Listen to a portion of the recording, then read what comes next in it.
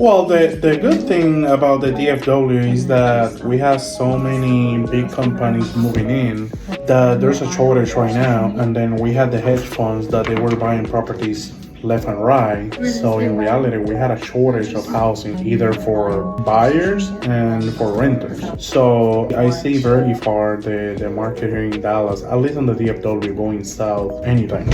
Like I say, right now the median income family household is 350,000. It went up from 200,000 4 years ago. Builders are not keeping up with the demand that we have. So I don't see honestly that the real estate market going down in anytime soon here in DFW. Now, on the other hand, finding deals, let's say for a flip or for a buying home, buying a house with a 70% rule, that's gonna be really hard to find. Because right now, since there's no many houses that are fixer upper, let's say they only need cosmetic, right now they're going for retail price. So those homes are able to go for retail.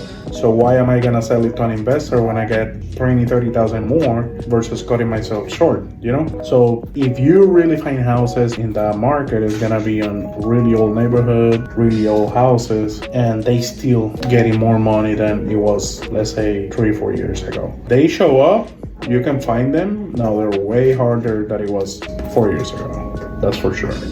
Actually, on commercial, if you do commercial, for example, a good deal might be 9 to 12% cap rate.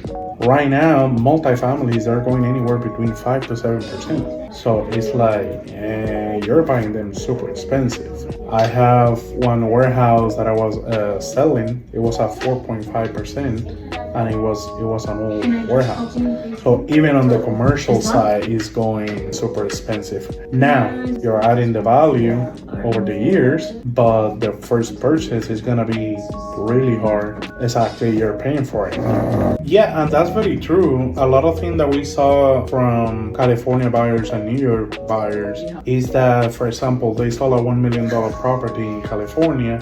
They were doing a 1031 exchange. As a matter of fact, I sold a listing to a company in New York, and let's say you had $1 million, you're gonna pay, let's say 100,000 on capital gains. You rather do a 1031 exchange, you leverage $5 million in properties, you overpay 50,000 per property. Yeah, but in reality, you're saving $100,000 capital gains, and you just defer it. So they don't mind overpaying for properties that they know they're gonna catch up with the value 3 or 4 years down the road, because they're not doing it for profit, they're doing it to save on taxes, which is a different kind of a buyer. And that's the thing that a lot of people didn't understand what was going on with those buyers. They're not buying for profit, nor for cash flow. They're buying to save on taxes.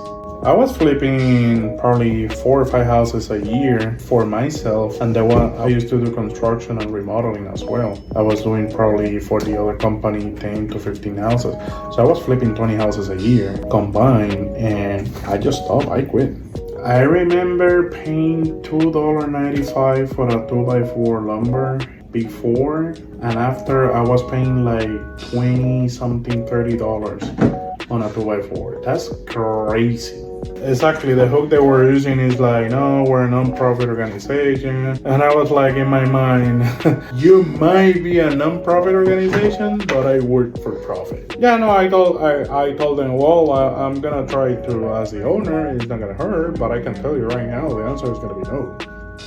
No, I'm not calling them back. And they were saying like, because I offered the opportunity to build the building for them, but they were asking like 10,000 square feet warehouse. And I'm like, well, that's not gonna happen. The max we can go is 6,000, but then you're not gonna have no yard for the truck. So I don't see this working. So I think she only mentioned the possibility to still buy, to see if we can bend our knees and give them the deposit with the expectation that they're gonna buy. And I told her, well, if we make some business and you buy it or you lease it for a long term, yeah, I can give you the deposit back, which is what I told you. But other than that, you might be a non-profit, but I am a for-profit.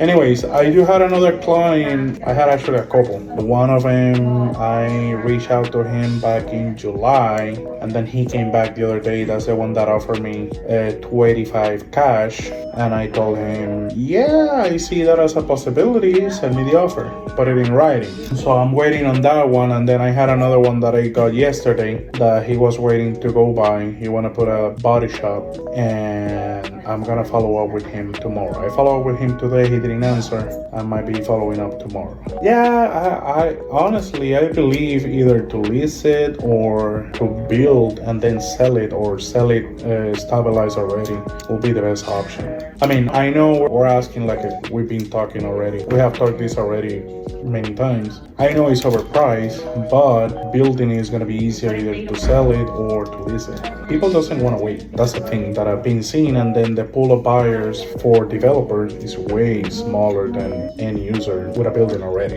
So if you can, pull the trigger, dude, and I can start marketing the leasing.